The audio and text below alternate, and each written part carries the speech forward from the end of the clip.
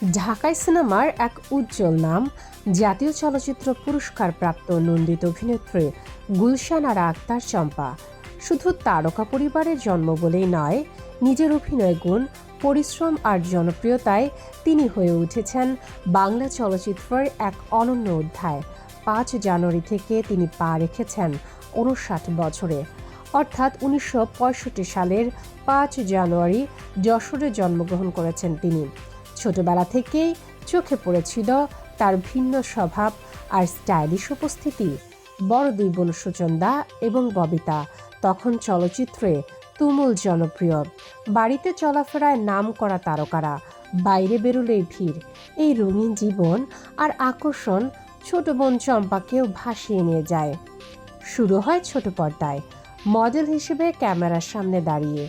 এরপর নাটকে অভিনয় করে তিনি ধীরে ধীরে ইন্ডাস্ট্রিতে পথ তৈরি করেন।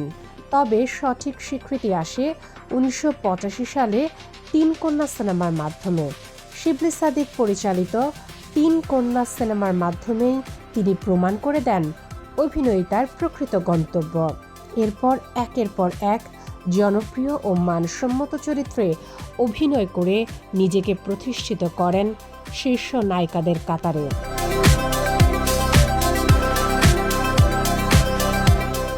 ভেজা চোখ, পদ্মা মেঘনা যমুনা, শঙ্খনীল, কারাগার, পদ্মা নদীর মাঝি, চন্দ্রকথা, শাস্তি, মনের মানুষ, এমন অসংখ্য ছবিতে তার অভিনয় আজও দর্শকদের মনে গেঁথে আছে।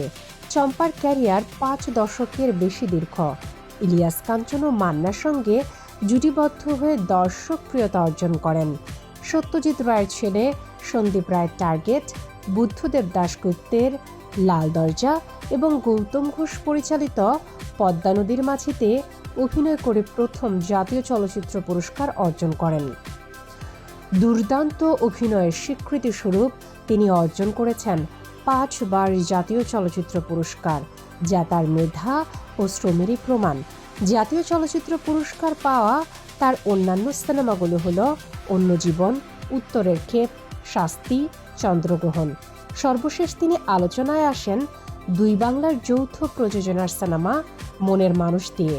গৌতম ঘোষ পরিচালিত এই সিনেমাতে তিনি লালন সাইজির চরিত্রে প্রসেনজিতের মায়ের ভূমিকায় অভিনয় করেন। আজ চম্পার উপস্থিতি, অভিনয়ের শক্তি ও রঙিন ক্যারিয়ার বাংলা চলচ্চিত্রের ইতিহাসে অমলিন হয়ে আছে। বিশেষ করে চলচ্চিত্রপ্রেমীরা স্মরণ করছেন বাংলা সিনেমার চিরসবুজ এই নায়িকার অসাধারণ অবদান।